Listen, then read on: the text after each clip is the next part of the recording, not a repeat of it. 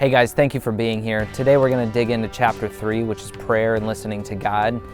In the last two chapters, we got into finding our fire, which is the motivation for seeking a faith and finding that relationship with God. And then we talked about reading the Bible and learning what we already have, what God has already given us.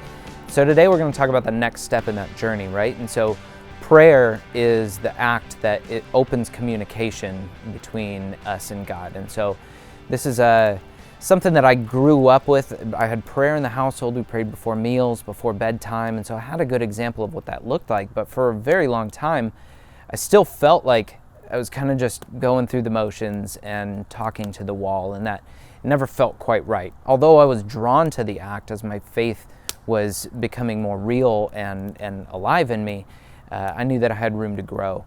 So one of my mentors, as I was getting discipled through this learning curve, pointed me right back to the scriptures. And so he showed me the Lord's Prayer and how to use that as a model. So Matthew 6, starting in verse 9, we read, "This is how you should pray. Our Father in heaven, hallowed be your name. Your kingdom come, your will be done, on earth as it is in heaven. Give us today our daily bread. Forgive us our debts, as we have also forgiven our debtors. And lead us not into temptation, but deliver us from the evil one." So out of this, we see kind of a cool pattern. So it kind of goes back to the Sunday school acronym of ACTS, which is ACTS, right? So adoration, confession, thanks, and supplication.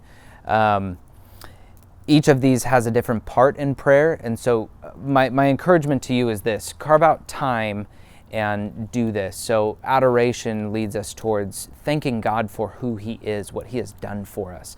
And really it could be as simple as, thank you, God, for dying on the cross for my sins and providing everything that we need. Next, we get into confession. And so in confession, this is where you're saying, like, I'm falling short. I am making mistakes. I am sinning. I need your help. So not only is it asking for forgiveness for the sins that are committed, but it's also seeking that understanding of what's going on in my heart that's causing me to do these things. Next is thanks. This is different from adoration in that we're not thanking God for who He is. We're thanking Him for the actual things that are going on in our lives. So in the chapter, we're going to get into a specific way of listing these things out, and it really changes your perspective on things because you realize how many blessings He's actually given you. Lastly, we've got supplication. So really, this is another word for asking. So after the whole grateful bit, it's really hard to ask for material things and our wants.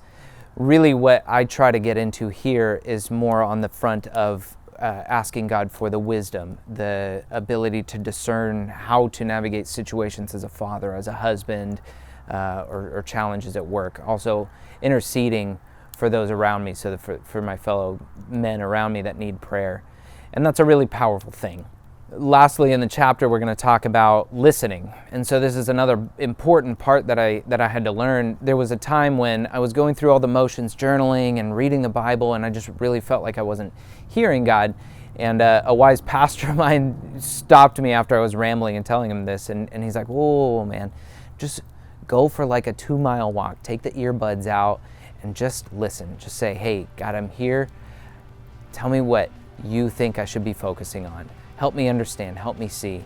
And that listening to God was a hugely important part of understanding how prayer works. I really encourage you to do this. Carve out time in the morning. Ask the guys in your league for help, for reminders, or to pray for you to stick with it, because this is such an important part of our faith walk. I encourage you to build this prayer habit. Make time in the morning, go through it. If the ACTS acronym helps you, then by all means do that. If not, just start talking. Tell God what's on your heart. He already knows. The important thing is opening that communication line up.